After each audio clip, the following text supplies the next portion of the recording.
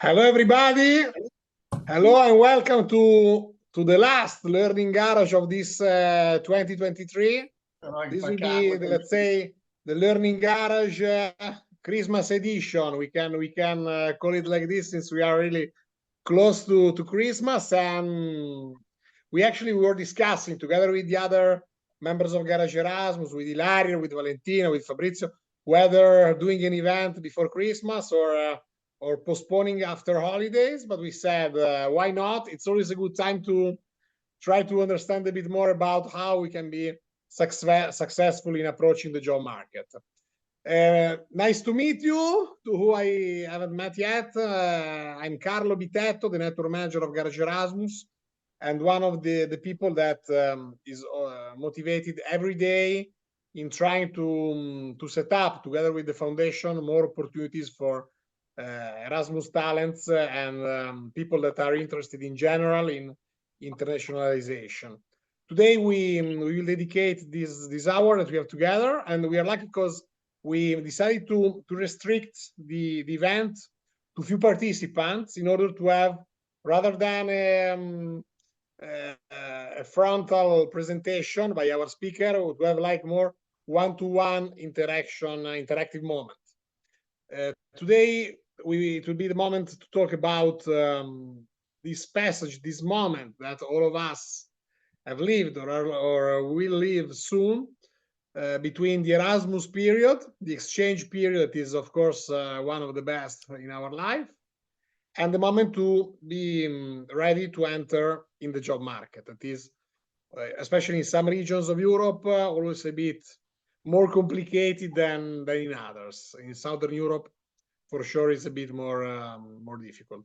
Today with us we have Marco Cillepi, that is one of our friends of garagErasmus, but also is a professional trainer, works for Capgemini in Poland. Marco will tell you more about his history, his background, and everything. And I think we have been knowing each other for 15 years already. So we've done a bit of this path, a bit of this road already together, from the moment when we were students to the moment when we became professionals. So Marco, welcome for this Learning Garage Christmas edition. Hi Carlo, thank you so much for the warm welcome.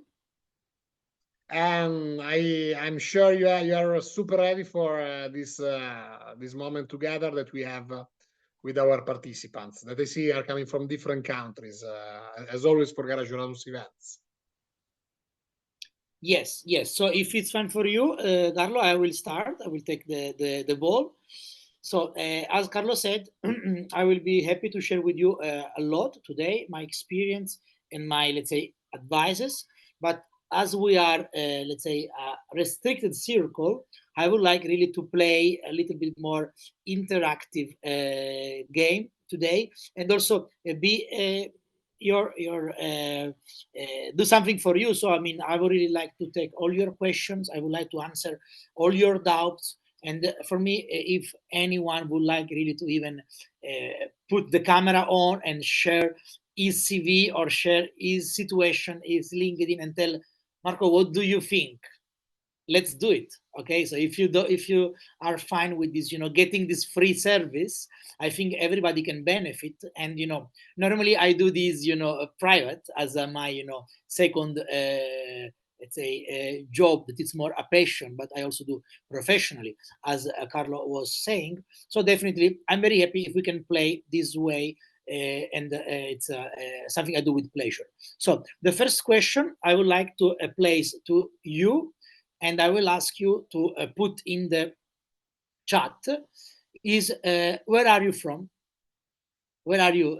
So I would like to see some countries. I see some Italy, because Domenico probably is from Italy. But I also see some ESN Croatia. So I guess Croatia is also there.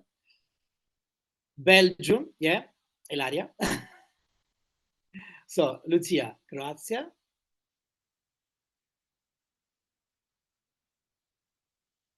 Slovenia, very nice. I will tell you now, Serbia, super.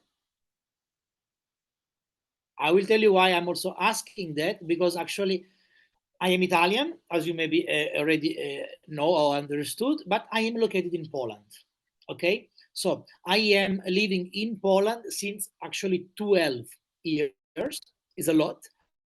And this gives me really a lot of additional input, additional insights, because what we are talking today is how Erasmus experience, how mobility gives me this additional value, this asset that will make me shine or will give me something more compared to someone else in the job market. And this I thought applies, you were in the United States, Marco, since the background, yes. The background.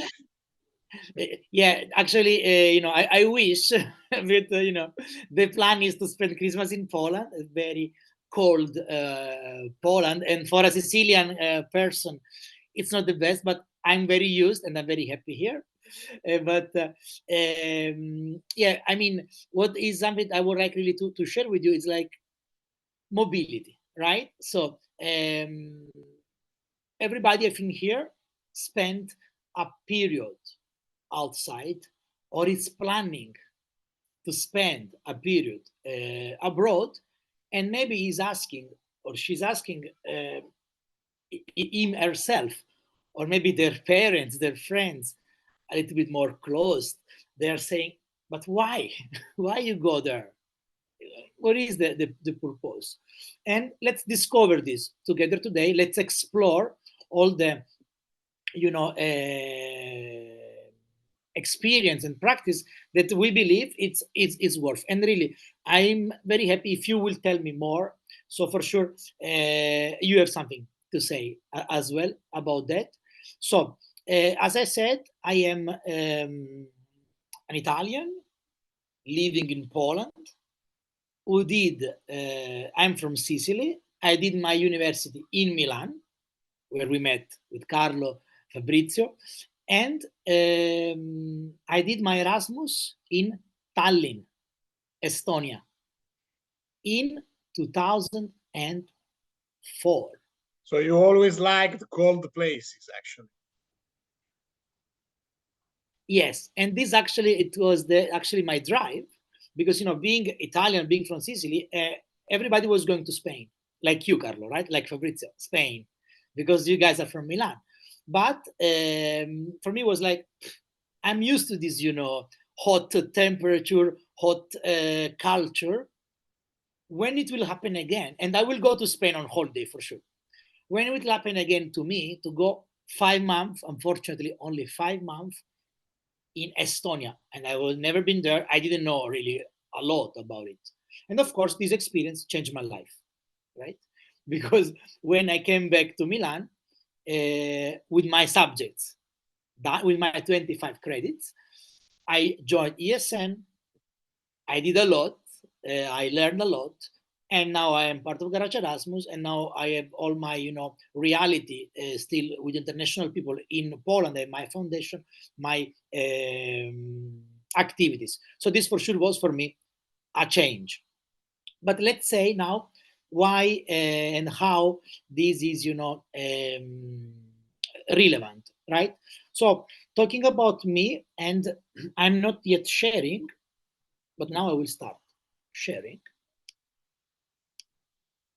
I will start from my LinkedIn profile. Can you see it? Yes. Very good. So first of all, I mean, I'm also happy to share this with you so we can connect. So majority of people now have LinkedIn. So when we talk about job market, of course, LinkedIn is the place where to be. And LinkedIn profile can be more or less up to date. I think my profile is quite up to date. And here you can see a little bit more about myself, right? So we spoke garagErasmus, my career coach activity, my Katowice international activity. So as Carlo was mentioning, I work in 12 years in Capgemini. I'm dealing with people, I'm dealing with clients, I'm dealing with services, with technology. And when it's about education, of course, here is maybe not so visible, I put my Erasmus experience. That, yeah, unfortunately, it was almost 20 years ago. So this is really crazy when we think about that. But at the time, I was a student of Politecnico di Milano, and I finished my bachelor degree. There was this opportunity, and the option was, would you like to spend a semester or these 2 years master degree abroad? And of course, the answer was yes, I want to try. I found my credits. At the beginning, it seems very hard. It was really, impossible to find them. Then, of course, with the right mindset, with the right determination, we found them. I found them, and I went to Tallinn. So I spent these 5 months there, and it opened my perspective. So when I came back to Milan, I finished my degree, I finished my master.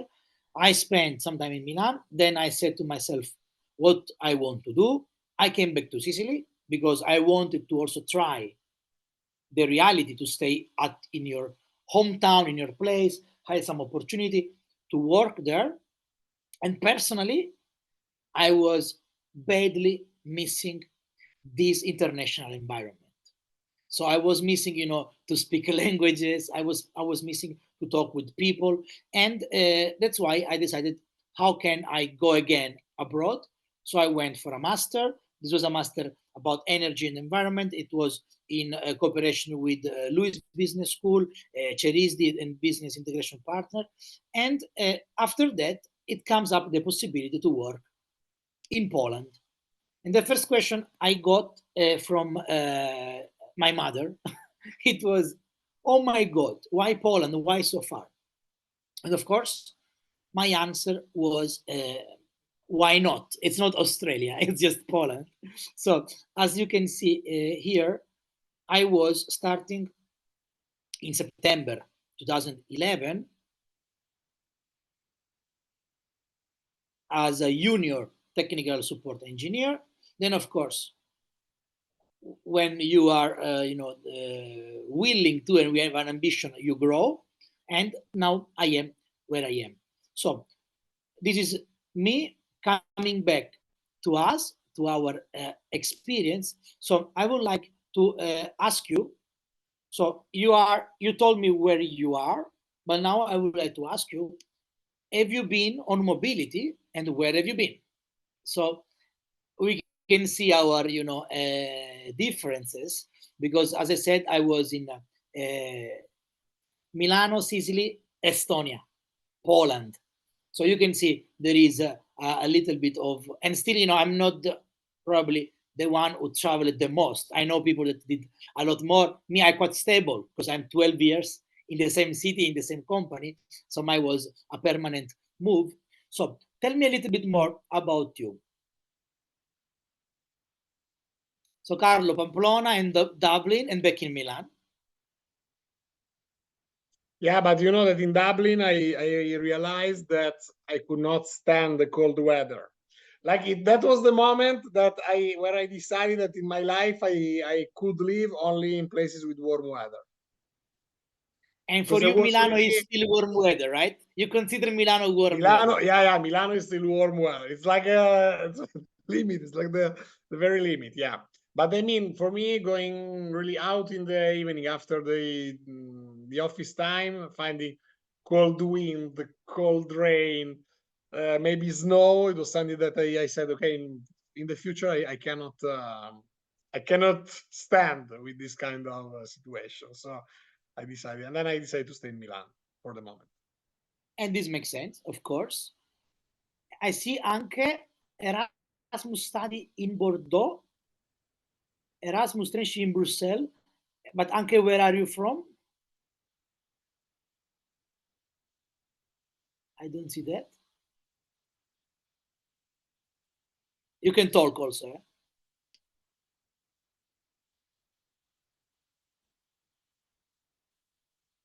So I guess you are not French, neither Belgian.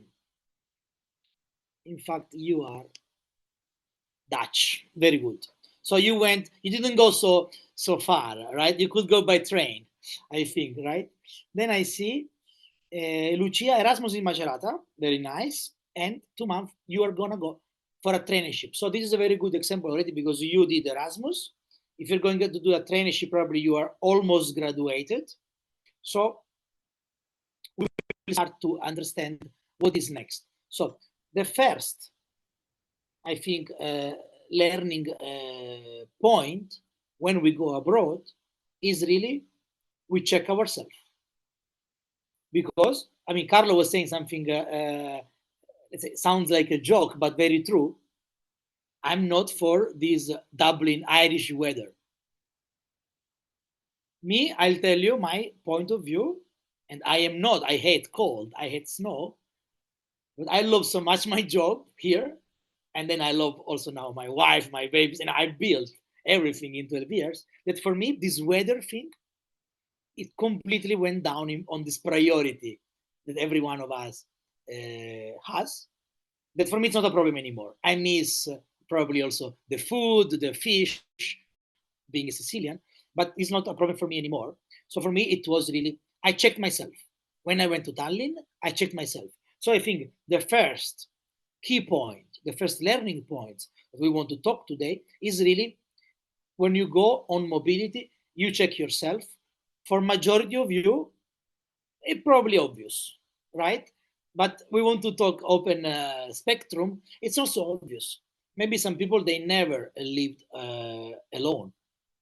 And going abroad is already a big check that make you discover yourself, your strength, your weaknesses, your spirit of adaptation. You feel alone. You feel good alone. You feel good to meet new people. How quickly you can meet people, right? So there are a lot of questions that we can answer with this 1, 2, 3, 4, 5, 6 month, 1 year period abroad. Then I'm reading also in the chat some friend from India, actually, right? Let me check.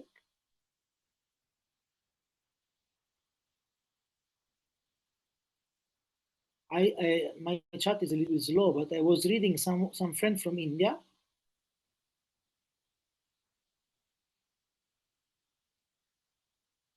I lost it. Yes, Suvik, Erasmus in Valencia, Spain, from India.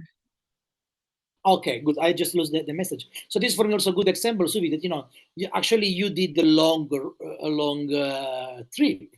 So from India to end up in Valencia, and probably now you're back in India or you're still in Europe. I mean, this is great, right? So this is telling us also not only in this, it's a European universe, but also someone from much abroad, from a different culture even, how this mobility impacted you.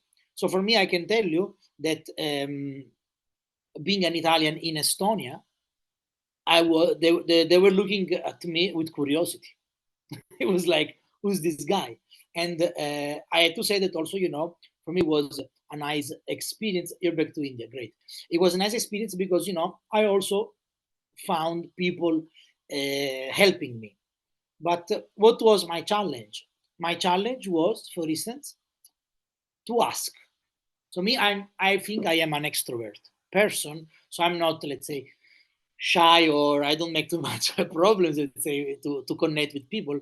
But for me, for instance, when I was the only foreign student in a class full of locals, it was tough to connect, right? Because again, I was alone.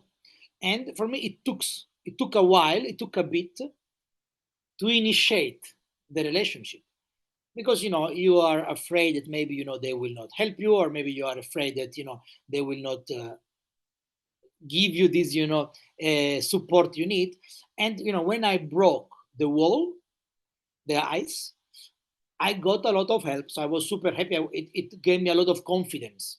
So I gained a lot of self-confidence thanks to this experience, because I also get this good experience, right? It's not always like this, but I think this is also the second point that I would like to consider. So when we do this kind of experience, we learn a lot about ourselves. And for me, the second, let's say, thing is self-confidence, because we know who we are, but as also Sobik is telling me, you discover side of you that you never knew before. I completely agree. We never know how much we know each other. And for me, really, I think I am a self-confident person, but for me, this experience, it gave me so much that, I can, feel more comfortable when I talk with somebody I don't know, right? So this can be also another takeover when we apply for a job. When we apply for a job, what are we doing? We are trying to convince, or we're trying to learn, meet, understand from someone we don't know about building something together, doing something together. And most of times, I suppose, this person on the other side is a recruiter or is somebody with psychological studies, so with those skills that will really talk with us and will assess us, will get their own idea about us. So for me, this is really important, gaining self-confidence, breaking these ice. It's already something, we can really, get a benefit when we will start doing interviews, right? Then I was telling something about the credits. How complex or how easy was for you to find the credits or to find the internship abroad? Like,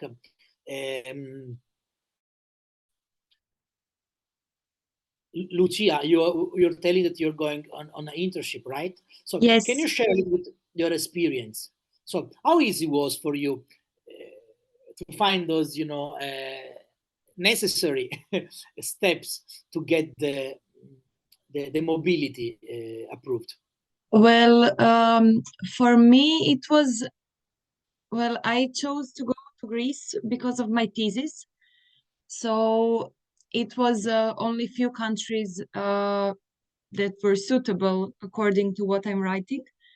And then I was literally Googling, because I study art history, and I was Googling cultural institutions in Greece and in Italy, because those were the two countries that were suitable.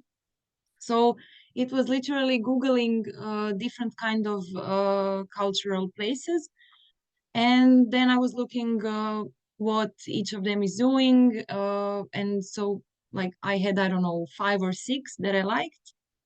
And then I sent an email to 2 of those that I decided, and I had interviews. So it was mostly because I was looking at Erasmus intern website, but those things are very limited to business, marketing, technologies, and that kind of things. So for me, it was really like from the basics, Googling the most basic things that could help me find an internship. And it's actually, I'm going as a recent graduate, so I'm hoping to actually get a lot of knowledge on my future profession that I didn't get. Like I got only theoretical part in my university. Great. So, I mean, you already experienced, I mean, that if you don't find it, you'll not get it, right? Yes. So you had to test yourself, or, you had to push a little bit. Yes, beyond I the needed line. to find myself, because it was, I knew it was the only option to find it that way, to actually find something suitable. So I knew I have to look for it in different ways, but if I want to go, I really need to search for something myself. Exactly. So this is really what I wanted to hear. I mean, this is very similar. You'll need to do the same when you will start looking for a job. So sometimes we get things because, I mean, there is Erasmus either. It's for some subject is easy tool, but sometimes we need to make an extra effort. So already this, mobility, it's helping us to get there. And Lucia, since you are talking about your experience, I mean, and you were in Italy, so can you share something about how you are? Macerata is in front of Croatia, right? So also you didn't go so far, I guess, but it's a different language, it's a different maybe also culture. So how did you feel changing country? What were the challenges that also from this language perspective? And I wonder if you learn Italian, because me, I still don't speak very well Polish after 12 years, Yes, but it's a different story. I mean, I study Italian and art history as my majors, so it's a double major. So I chose Italy because I'm now master in Italian linguistics, let's say. So for me, it was natural to go to Italy to actually practice the language in the country. And I have to say, it wasn't very easy to follow the lessons in Italian. I mean, because you live in that country, you hear it all the time. And after, I don't know, if I had maybe 2 or 3 classes at the same day, at the end of the day, I would be just like, I can't anymore. I need to switch either to English, either to Croatian, because it's too much. Yes, it was like the concentration is just going away after some time. I mean, it is very close to Croatia. It's across the sea. So it wasn't far away, but it was very stressful to actually go somewhere alone for the first time. But, you know, you somehow manage it. I mean, it was easier for me because I know the language. So it's not that I didn't understand anything, and it wasn't my first time in Italy. So I kind of felt, you know, already a little bit safe there. That's why I chose some familiar country and the country that I know the language. This time I'm going to Greece in 2 months. I don't know how it will look like, but you know, I already have some experience that helped me in that way. But are you planning to learn Greek, for instance? Well, I know some basics from a lot of years ago. So I'm learning it a little bit. I have the basic level, only like 20 basic phrases, but I know the alphabet. So I hope to get, you know, a little bit so I can have a basic communication when I arrive there, just to figure out everything at the beginning. Very good. So for me, this is also a good example. You know, when we are going abroad, I mean, even you knew the language, I mean, you reinforce you for Yes. sure your level. If it was, you know, B1 got B2 or B2 got C1, so this is also something that, you know, is something, you know, we can use, and is a really great asset that we can tell. I speak the language, but not only because I studied it, but because I lived there for a while. And this is something, you know, for me, it's not only real, but for me, something I always check also in the CV of somebody who is telling me I speak a language at this level, because, you know, living there, it makes a difference. Great, thank you, Lucia. And I'm wondering, Suvik, for instance, did you manage to learn Spanish? Because this is something, you know, interesting, that, you know, it's not similar. In India, you have, I don't know, 50 languages, right?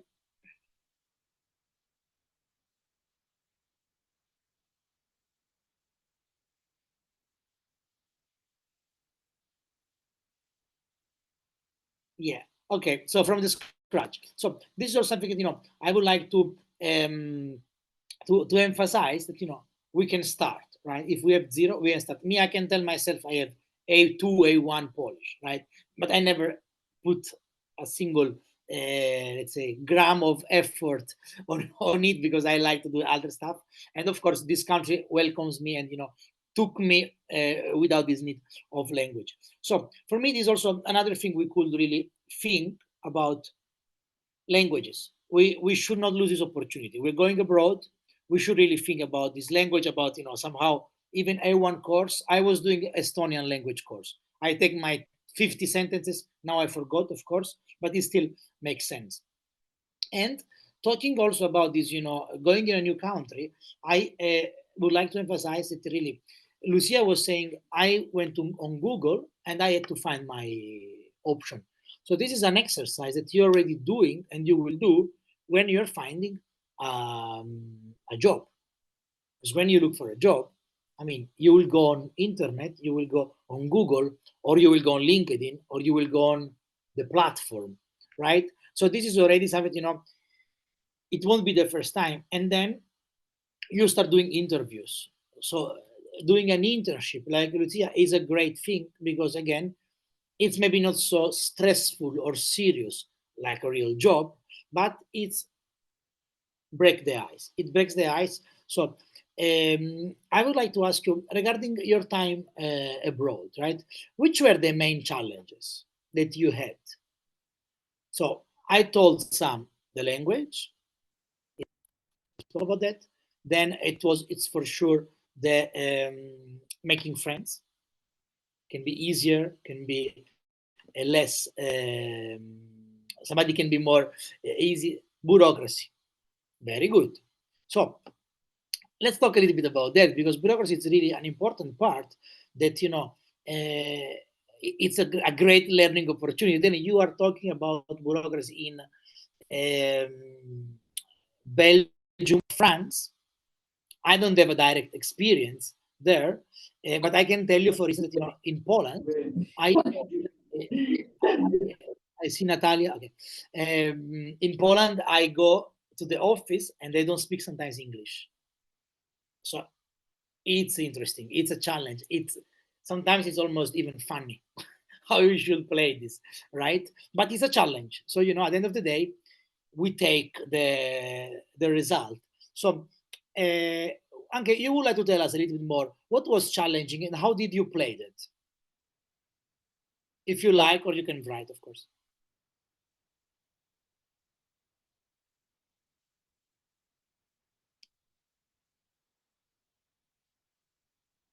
Okay, fair enough, no problem. So I believe that, you know, you managed. Okay, so it was a challenge, but you managed. So for sure, I think this is something else that we can keep in mind about bank account, about even, you know, getting a doctor, right? Because sometimes, I mean, we don't wish this to anyone, but it can be important. So again, we are jumping over an obstacle, and we learn, and we get more experience, we get some more skills. So for me, it's really, you know, something that stays with my mind is about this, you know, also finding a flat, right? Somebody got the residence, but then, you know, this experience of finding a flat and talking with the landlord and dealing with it, it's a great training. It's something, you know, we take with us. Anyone had a similar experience? Yeah. So I see, Anke, you agree on this.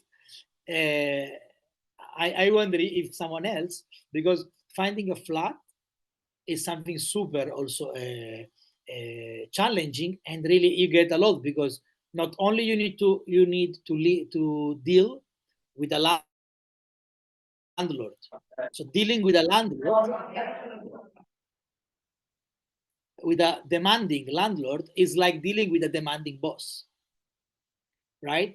Because I mean, there is a business relationship there. You're paying this landlord, but is also, you know, the one that should provide you with basic needs, and this can be a challenge. And I can tell you, this is something, you know, it applies in the work life every day.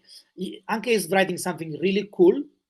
You don't know which rights you have, because most likely you are 20, 21, and it's not your main problem to know the law of the country or to check carefully every comma in the contract.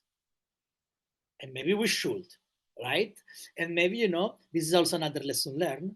And maybe this is also an experience that we'll bring with us when we will get a job, or when we will apply for a job, and we will see, okay, I was dealing with the craziest landlord in the world, in the Erasmus experience. I can also manage this. So I think it's something, you know, it says also in my memory. And then, yeah, so the language thing, it's also something that it's again a problem, right? Because not always you will get an English contract, but most likely when you go to corporation, you should get it, because by law they should give you. But maybe with a flat, it was not the case, right? It's not the case neither in Poland. But me, for instance, in my Polish company, I get always double certification. Polish, English, when it's about contract, when it's about HR stuff. So for me, I appreciate it's easy. But even let's remember, English is not our native language. Everybody speaks English, but we are not native. So also there is a challenge. So for me, when we want to think about how many great skills and assets we get from this mobility experience, we already listed a lot, with some very, very common life moments, like flat, like bank account, like dealing with new language, and everybody gets something out of this. So for me, this is really a great, experience that, you can really, when you don't stop and think about that, maybe you don't realize it. But I think this is a good moment that we have today to stop and think, and sometimes even write down why. Because I'll start talking a little bit more about this, how to find a job and how to get these skills on the plate. Some people, and I don't know if it's your case, but it may be, for instance, a Lucia case, because I understand she doesn't have so much experience. Some people go for a job, and correct me if I'm wrong, Lucia. Some people go for a job interview or should write something in the CV, but they don't have so much experience. So I go sometimes a question from some clients, what should I put there? So my first message for you, and we will see there in some slides, is you should put some, real life experience. You may not have work experience, but you have life experience. And Erasmus is something that I can tell you, not majority of students, they don't. Luckily, a lot of people have, but I think, Carlo, maybe you can help me with the stats, but I think that, unfortunately, not everyone has this opportunity, right? So still, I think that, it's a privilege to go, and we don't want this to be a privilege, but I think when we look at numbers, I mean, sometimes there are a lot of, free spots in this mobility opportunity. So we should take the best out of that, and we can talk about this. So when we will have an interview, and a classic question we can get is, I'll give you an example. We talk about a job when you need to deal with customers, right? Because, I don't know, account management, order management, customer service, customer support, anything that can be about being in charge of something. And we've never done this before. I challenge you, think when you were in charge of something in your during your Erasmus, because during your Erasmus, probably the first thing you were in charge of was your finance, right? Because you're not anymore living with your parents. You need to worry about communication with the landlord, with the people, and with okay, food, of course. You need to go to the shop, buy the food, but really also you have a budget. So, some people, they may have their own Excel. I like to have, my budget in Excel. Input, output, how much I can spend tonight, how much I get every month, how much is this, how much is that, unexpected expenses. So when you're applying for a finance job and you have a good economy degree, then you can also think, how can I connect my living alone, living abroad, to tell something to this recruiter, to this manager, and explain, convince him that I am the good fit, right? Of course, I will tell you, you always need to check what they're looking for before to make your story, right? To make your business case, you need to know what is on the other side. But then when we talk about also this flat and this contract, this is very good, because, it's like somebody who is looking for a job in contract management. You can have a legal background or not. But yeah, I had an experience, and, I found out that, the deposit was not there. How you dealt? Because one of the main questions you will get during an interview will be, in some common business, let's say job, will be, how did you deal? How have you dealt with a difficult situation. And the recruiter would like to hear from you, not only what you have done, but especially how you did it. So which was your, mindset, your mental approach when something unexpected is happening. So today, this is one of the key skills: flexibility, adaptability, and dealing with stressful situation. And you may agree or not, a lot of people write in the CV, work under pressure. It's like by default. It's in many templates even. But it's not true that everybody can work under pressure. I can tell you, based on my experience, half of the people I've worked with, they cannot work under pressure. And I was even helping them to find a different job because that job was not for them. And we should really know which job is for us, right? So once again, the Erasmus experience, the mobility experience, every life experience can help us to make up our mind and to discover ourselves. Very good. So I think we are in the middle of our meeting. So I will take a little break. And before I will jump to my deck, I would like still to give you a chance to comment a little bit on what I was saying in the last 15, 20 minutes. I see that we even have more participants who joined. So anyone would like to share and answer this question? What did you learn during your mobility experience? You can talk, you can write.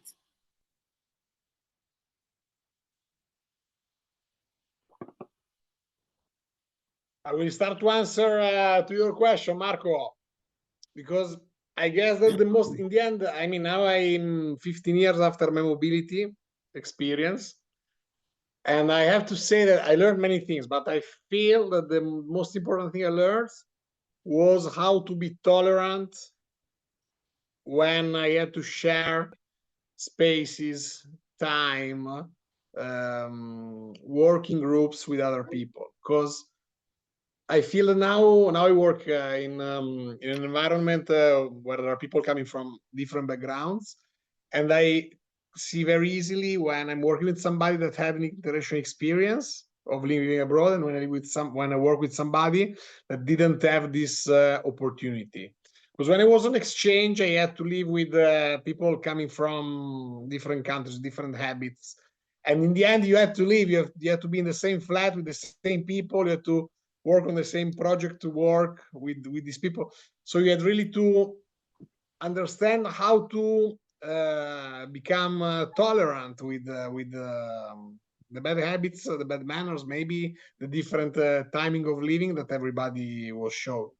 And this ability that I learned there then was very useful when I started to work. Because now I raised my amount of patience a lot, I can say.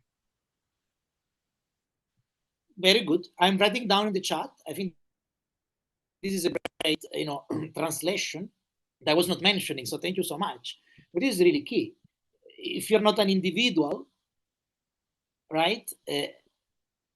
You work in team, right? I mean, you can have your own business. We know someone that he has, his own business. So, but still, I'm always, there are some people saying, I work alone. I don't want a boss. Okay, still, if you don't want a boss, you'll need to deal with your clients. All right. So you need this kind of, tolerance. So tolerance is a word I like a lot. I like a lot this mutual acceptance, cultural diversity, right? So today, this cultural diversity is key. It's something that even employers, they look for people who have this kind of mindset, especially international business. So thank you. Thank you so much, Carlo. Anyone else would like to share his experience? Hi. Or shoot some questions.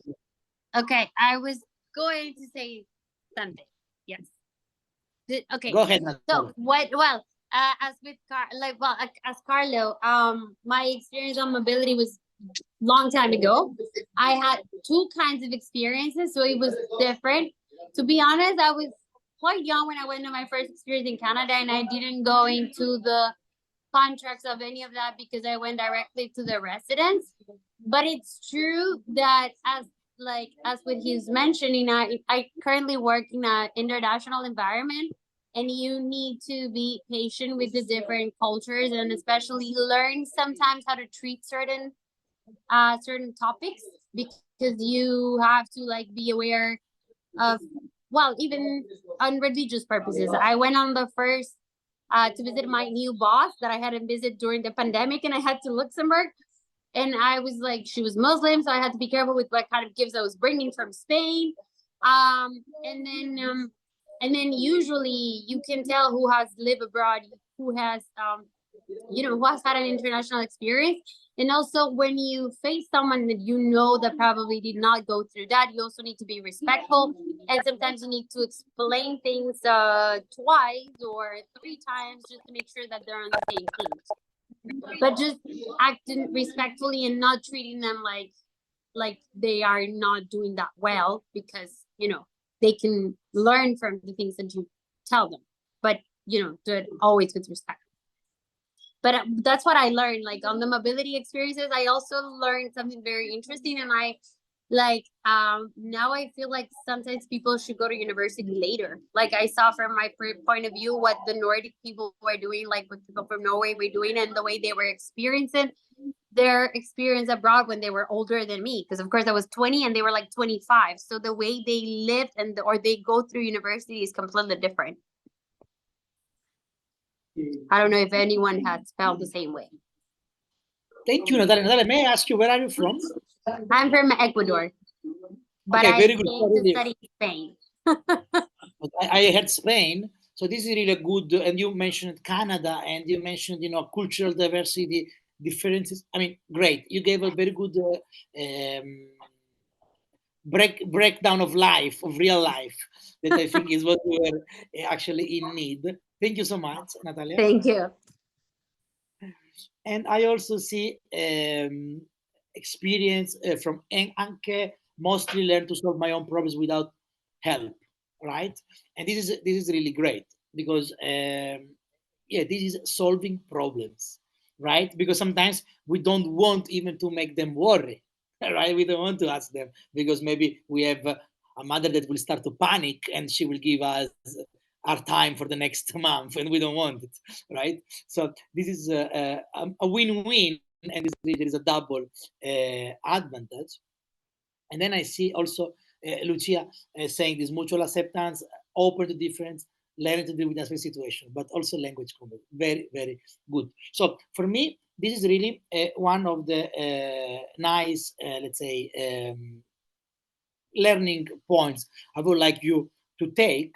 Is what we said. So mutual acceptance, teamwork, solving problems, finding the job itself, right? So this mobility experience, it also helps you to find the internship, the future job of your dreams, and definitely, language capabilities, social skills.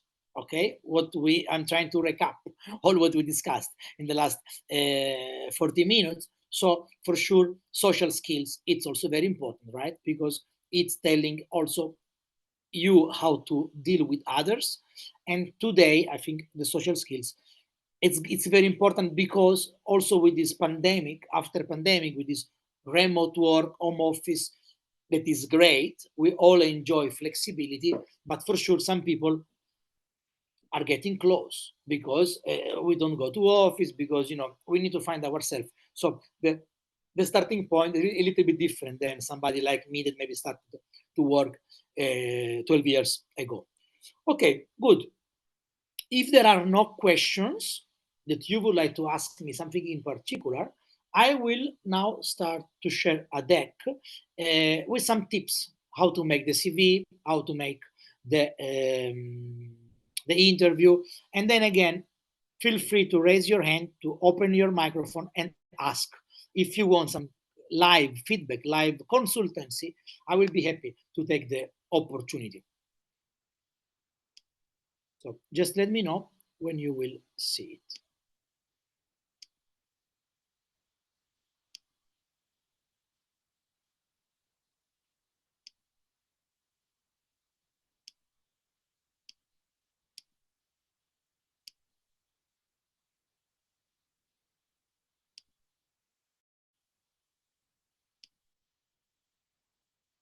Can you see? Yes, we can see. Very well. Okay, good. So again, we know who I am. We spoke about that. Applying for a job. Okay, so for sure, remember that most of times today, especially in certain countries, there is more applicants than available jobs. Sometimes not. Sometimes it's the opposite. For certain job, there is not enough people. But I'm thinking about, you know, some junior job. That I guess it's more interesting for you. When it's about junior, I mean, usually, if it's not some specific engineer, some specific, you know, technological or technical role, usually, I mean, we have a lot of options. We at Talk recruiter, we at Talk hiring managers. So it's very important that when we shoot our application, we do it well. So we do it with quality. So forget about quantity. It's not about how many application you send. It's not about numbers. It's not statistics. Statistics is important. Some microphone is on, I guess. And they are not my babies because they could be, but they are not. It's also about not a long CV. We don't need a 7-page CV. It never worked. It will never work. Clear, precise CV is what we need to impress the recruiter. Let's also remember that, you know, in some situation, there may be also a bot doing the job. It's not obvious. It's not, let's say that always, but imagine that when there is a job on LinkedIn and you see other 90 candidates applied for the job. It's already demotivating, right? Because, I mean, why should be me among those 90? So let's think, how can we make that we will be the one that maybe will get a phone call or will get a message? So for sure, focus on keywords. So keywords is really what is in this job description that is also on your CV. Okay, definitely, as we spoke in the CV, those few things that I'm listing here should be super clear. Your name, what you do, where you work, which company, which location, start, end date. Did you finish university? You're still studying. I mean, these things should be super clear.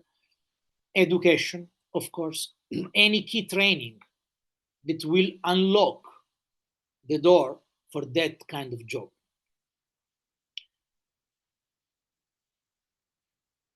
What is a keyword? So keyword is, of course, you know, this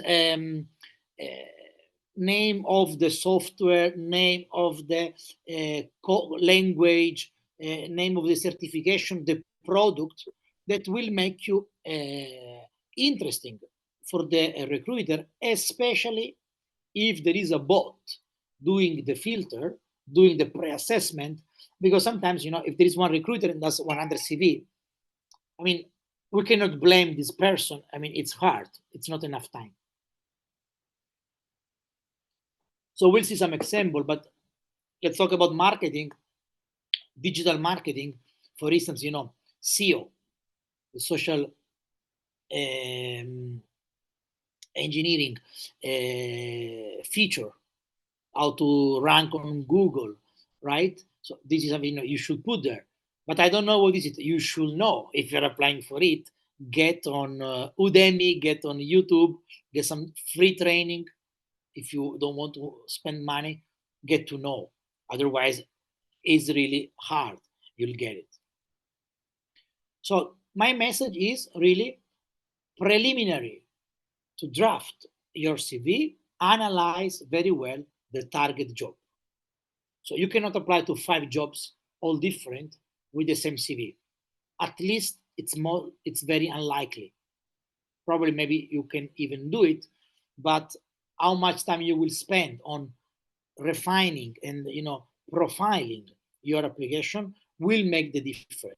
Okay, so please always make this exercise that, you know, write down the keywords of the job you're applying for.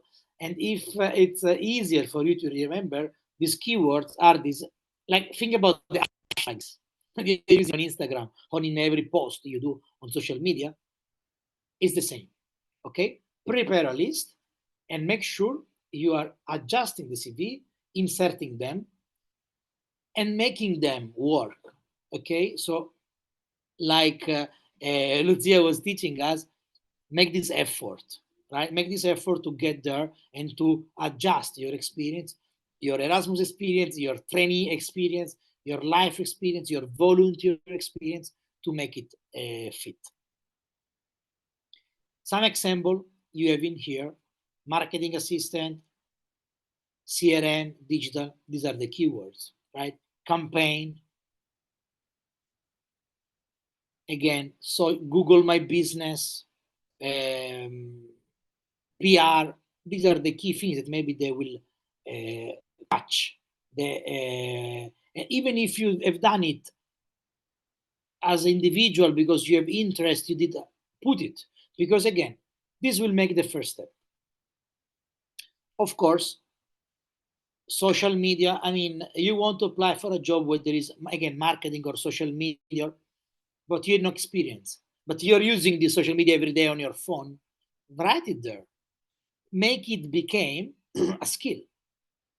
I have a Facebook account. I'm spending X amount of time. Don't exaggerate, of course. I'm managing this group. I'm admin of this page. Think. I know how to use Canva. I love, I don't know, to check this. Think, and make out of this your curiosity, your flexibility, keywords. What is ITS? I guess I explained, and you can also find a little bit more on the Google. For sure, it's not obvious that it's in place, but remember it exists. So my message for you is key list before to save your CV in PDF and send to the application. Don't send the Word file. PDF always.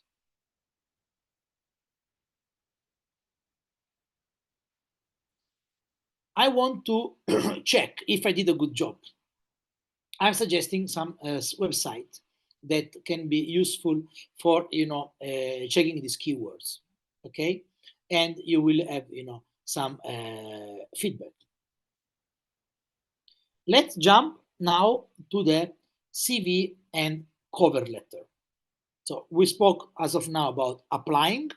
Now let's go a little bit more into this. How should I adjust my CV and eventually a cover letter? Maybe you can ask me why it's needed or not a cover letter. I will answer every question if you have. So as I said, 1 page, most 2 page. You are just graduate, you are a student, 1 page. It's out of discussion, right? Fill it, make sure it's as a nice format, right? Like maybe it can be this one, but maximum, I always recommend 1, maximum 2. Then think about the football team. Think about the 11 key players that you need to play this match. So summary on top, your contacts, never forget, email, a professional one, photo. It's nice to have. You don't want to put it, I don't think it's never a big deal. It's also a cultural thing. So you will also assess it and decide or even check it if you have a doubt. Work experience, education, languages, hard skills, IT knowledge, so information communication technology knowledge, interest, volunteering, ESN, garagErasmus, everything you do, soft skills that you should know which you are, and this privacy green light. So most important, customize the CV. We spoke about that. Cut what is not relevant. Okay, but how do I know? Ask yourself, put yourself for a moment on the other side, on the recruiter side, read the job description, get clear what are you looking for, then check your CV. I'll give you an example. In my life, there was a guy who was applying. It was an Italian guy applying for a job in Prague as inside sales. Inside sales is someone who should basically propose, sell product. It was actually, in this case, software, IT product. I think it was maybe Microsoft, stuff like this, to his customers, so mainly B2B. And this guy, he had an experience in Subway in London, I think. So it was good because, it was an Italian guy who lived in London, speak good English, Italian native, did work in Subway. That still, it was, studying and working. It talks very good about it, and he was applying in Prague. So it's also a good example for our meeting today. And I was telling him, so I was checking the CV and I was checking the task he was doing on this Subway, and he was like doing sandwiches. And then I was telling him, come on, it's great what you've done, but it's not really great. It's not relevant. I'm not saying there is something bad to doing sandwiches, right? It's perfect to do sandwiches. But I was telling him, think about something else you were doing to match these inside sales. So this inside sales is a job that is about dealing with people. It's about listening to the client and sell something. So to sell something, you need to know what they need. So how can we, I will go in the chat. I ask you, how can we say it in your, I will tell you, of course, how can we say it in a different way? How would you have add this on your CV? Write it or open up your microphone.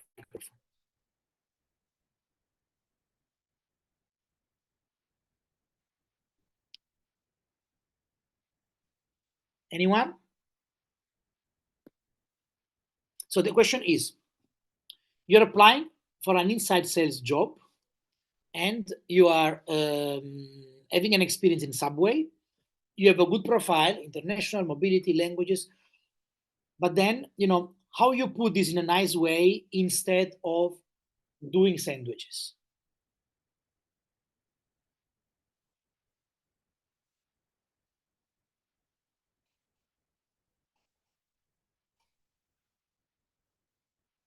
Sales assistant, nice, because you're selling sandwiches as well. Very nice.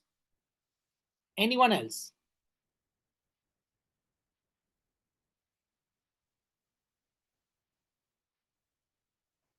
So basically, how you can write this down, you can really say attending customers, taking orders is exactly the same.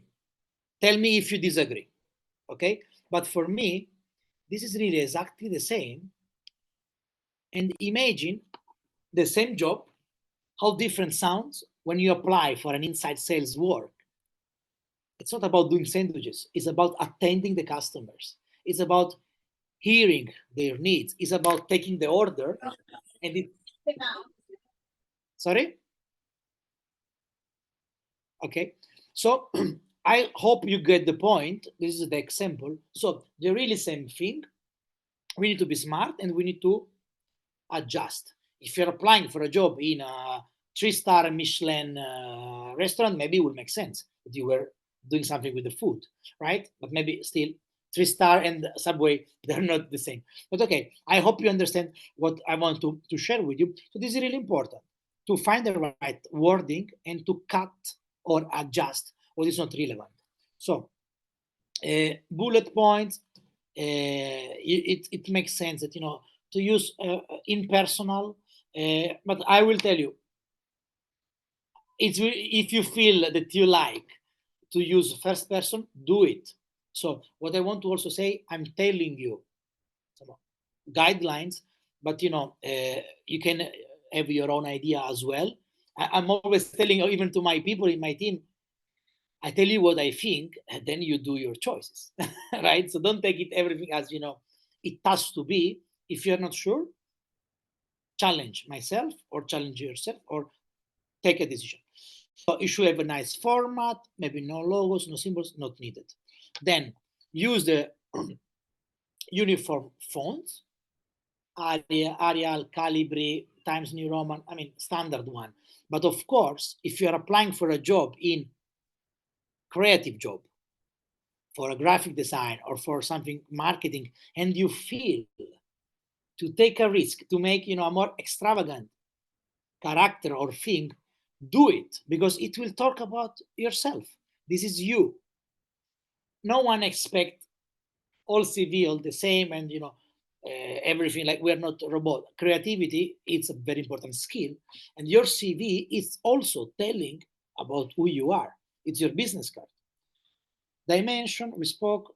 Use the bold. I mean, at least me, I am a super big fan of bold because it catches the attention immediately. Important things go there. If you want them to catch that you were working in London, Prague, then you will put the location in bold. But if you want them to catch immediately that you were working in that museum or in that company, because it's a big brand, you put it on bold. So they will immediately, their eye, and that will end up there. Photo, again, different views, different realities, but what for sure, don't put a selfie, not really the best. Then again, you do what you want. I'm just saying you what I think, but make it professional. Don't, you know, maybe make a picture of a picture if it's easy to understand. No sunglasses. I don't think it's appropriate. Full name, date of birth, if you like.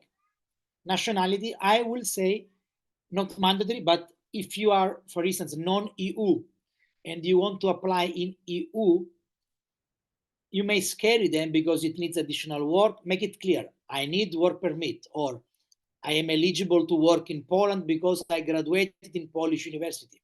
I have visa. I mean, be clear there, because I can tell you a lot of people are discarded because the recruiter is not sure. The name sounds exotic. They don't want to waste time. It's a pity. Never forget about country code. Email, keep a professional one. So maybe you have your personal one, I don't know, shining light, shining star at Hotmail. I'll recommend something more professional, name, surname, something like that. You can share LinkedIn. You can share Skype. I don't know if it's still popular for you. Now it's Teams, it's Zoom, a lot of other tools. But I think Skype, it's something that also some people are still using. Always introduce a summary that will talk about yourself in a short way, especially if you're not going to add a cover letter or an intro letter. In this summary, also tell not only who you are, and tell what are you looking for. And don't make the common mistake that you'll put in this summary the same info you have in the CV. Classic mistake.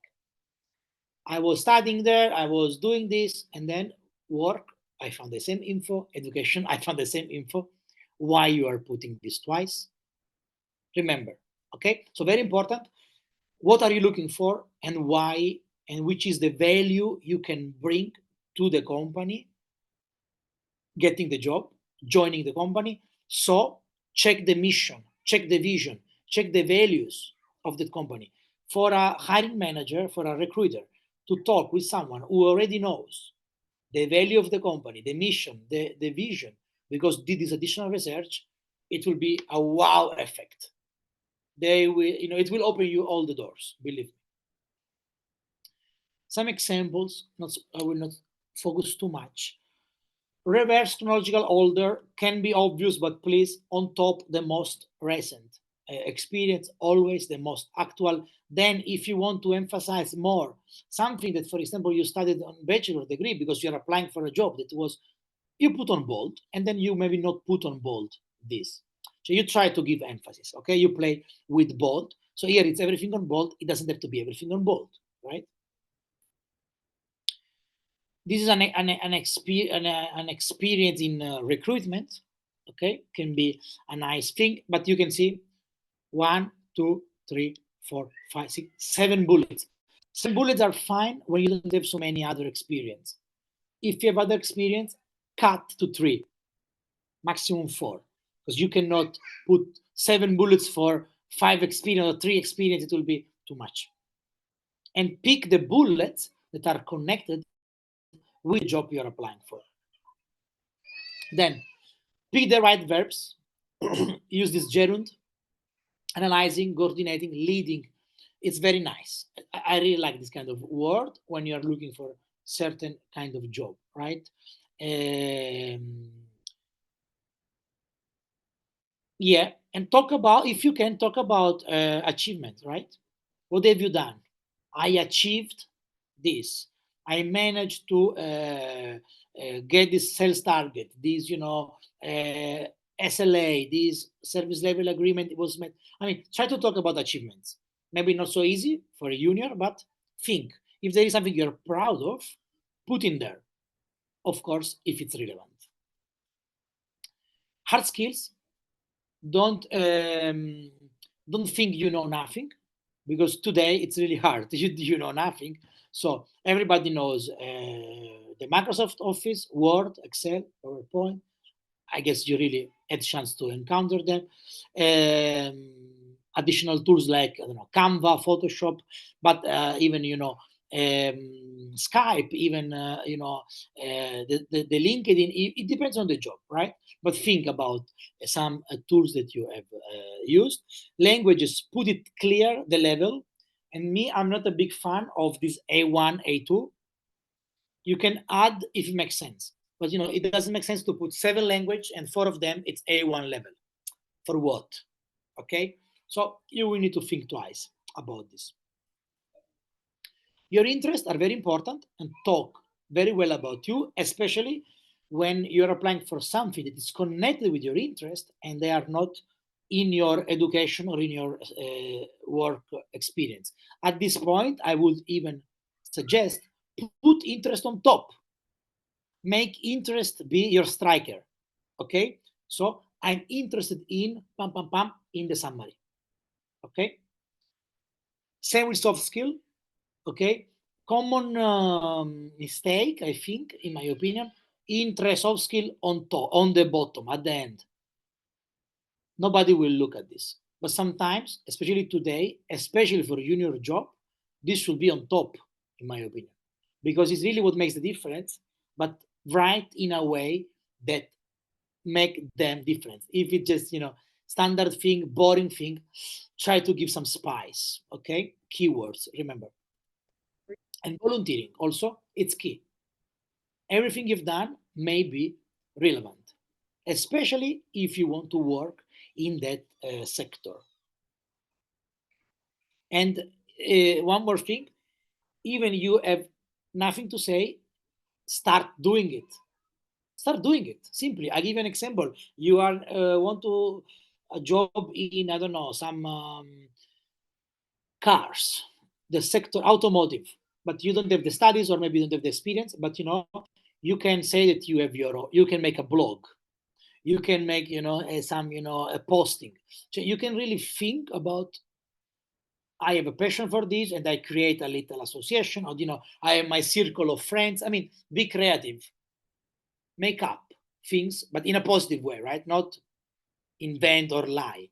It's not that. It's about making up, but concretely, and get ready to get what you want, to find the objective. And of course, remember about this GDPR topic, etc. Okay, so finalizing it, check the grammar. There is nothing worse than finding grammar mistakes or misspelling on your CV. Read it twice, 3 times if needed. It's the best time spent on this. Save your CV in a nice way. Don't save it like CV English, not really. Update it. Classic situation, at least for me. I talk with a candidate. But I see that you're doing, no, sorry, but it's not updated. But come on, you applied for a job with a not obsolete CV. Talks very bad about you. not a disqualifier, but not nice. Some website that I recommend to you, where you can, get inspiration for creating your creativity. But even a Word file or an extract from LinkedIn can do the job. You decide it, or you can consult. Very important, consulting. I have clients coming to me that need some help, but you don't need to pay for it. You can ask your friends, ask your brother, ask your sister, ask your friend, ask your parents. What do you think about my CV? Don't be shy. These are your friends. They will give you probably an honest feedback. Why shouldn't they? Ask for it. Interview tips. I see we have 8 minutes, and I still, Ilaria, you will tell me if there are questions in the chat. We can take them. So maybe we can save the last 5 minutes for questions. So this is some, categories, questions. So I will be very short on this. So think about episodes where you proved that you were a quick learner. So we talk about the mobility, right? So when you were learning something quickly, or when you had to self-learn, self-develop, collaboration, we spoke about this. You took initiative. You were managing your time and task, or managing your budget, right? During your mobility. Problem solving, delivering a value or a service to a client, to your professor, to your team, to your landlord, communicating, influencing others, motivating others. You can expect this kind of question, and my message for you is bring real example of real life. Think about your mobility, think about your studies, think about your life, think about everything, but get with some example, get prepared for the interview in this way. So now let me just check.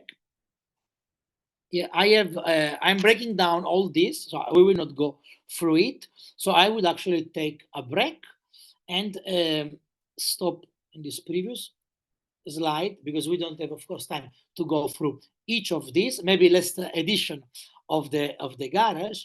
So we have still 5-6 minutes. So I will take a break, and I will give time for question. There's a question from Hanke. Can we apply even if we don't meet all the qualifications for a job, I guess? Yes, absolutely. Yes. You should. They say, I was reading online that, it's really fine to, if you meet all the qualification, probably this job is not for you, because what you will learn, how you will develop. I'm talking about this junior perspective. So you have 50%, go for it. Don't think it twice, but of course, motivate and add these activities, this task, in order to, this will be your strengths. This will be the reasons why you will be a good candidate. And then during the interview, hopefully, you will also tell that you want to learn those other things. And that's why you applied. It makes a perfect story.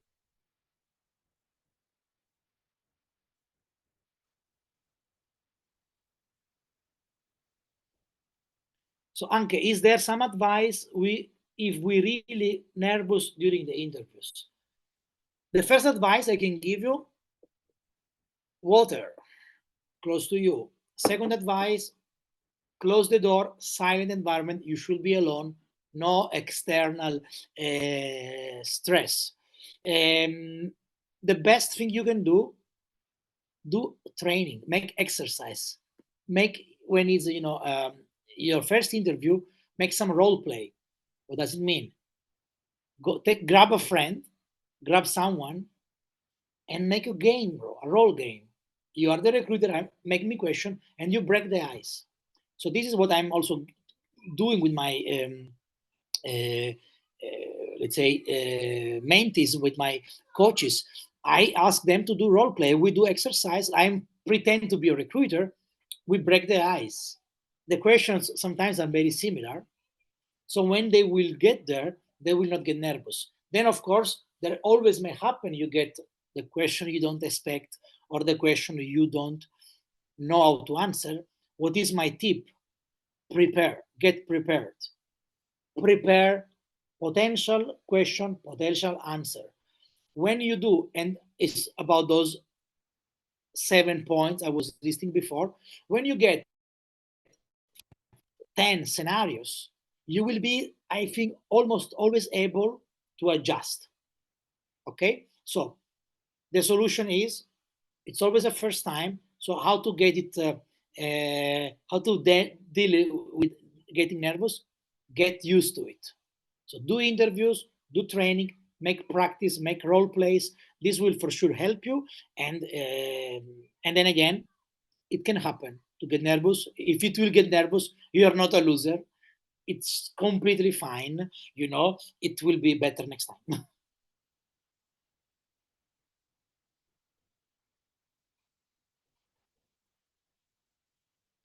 I'm not a super fan of Europass. Personally, I don't like it. It was something that, it was introduced many years ago. I don't think today it's any company mandatorily expecting Europass. So you like Europass? Use it. You don't like it? Don't use it.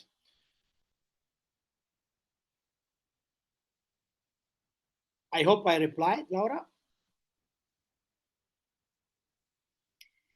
EU requires Europass, so I answer your question. When do we use Europass? When we apply for EU. You have no choice. So you make the best out of that. But again, it doesn't mean, I don't know, actually, I never applied for EU. Maybe someone from Bruxelles can tell us, but it could make sense. Actually, they introduced this. Europass was introduced by EU to standardize it, but I don't think really that it took it that it's not a universal tool. It's clearly that everyone has a different version. Me, for instance, on my CV, it's an extract from my LinkedIn. I like it. I can adjust it. I can play with it. I'm happy with it. Or a simple Word file that I can also adjust it. Yes, recruiter work on LinkedIn. So for sure, it can be also an idea for the Learning Garage next year. We can give a class about LinkedIn, personal branding, self-branding, communication. LinkedIn is key. They also look at Facebook. Be careful what you're posting. Instagram, TikTok, whatever you are using that is social media, recruiter will go there and will check on you. Okay? So be super careful.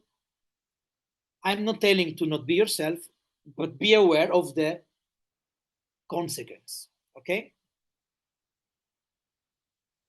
Good, Laura. So you got something with you. I'm always doing it with my candidates. I can promise. So this is really something we should always keep in mind, that if we have any political, any controversial thing, we decide we want to make it public or not. But if we do, we should really think, does it match my potential future employer mission, vision, and values? Because you may lose an opportunity because of that. Fair enough. Very good. We are very good on time. I'm very happy of this time with you today. But still, any more questions?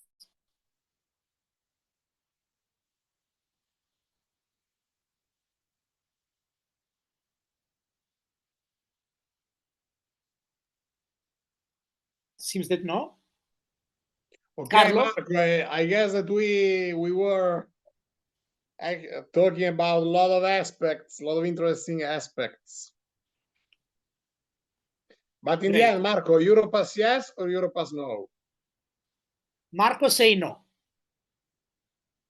Clearly, I have no doubts. But I'm not saying that it's wrong to use it. Because we come from the generation where we were taught to use Europass. But yeah, but in the end, we see the limits of it. Exactly. It's not something you can shape. And again, you like it, you use it. But we should not feel forced to use it. I would say, Marco, that we can, if there are not any more questions, we can officially close this episode of the Learning Garage. And I would like to say thank to all the participants that were with us in this 21st of December. So we wish you a Merry Christmas and great holidays. But I have to warn you to stay tuned, because garagErasmus is preparing many important projects for the next year. We will be launching the first magazine, the first online magazine dedicated to Erasmus, and this will happen in the first months of the year. There will be the Plus of Erasmus, the new project with the National Italian Agency, where we will have free classes of Italian language, and then we will go again through this pathway to getting you closer and closer to companies. First of all with trainers, and then directly with human resources managers. So many things happening, but for the moment we have to rest a bit. Everybody has to rest a bit. Marco, thank you so much as well. Merry Christmas, everyone. Stay tuned on garagErasmus channels. Thanks also to Ilaria that was setting up all the conference call. Bye bye. Ciao. Thank you. Bye bye. Bye-bye. Thank you.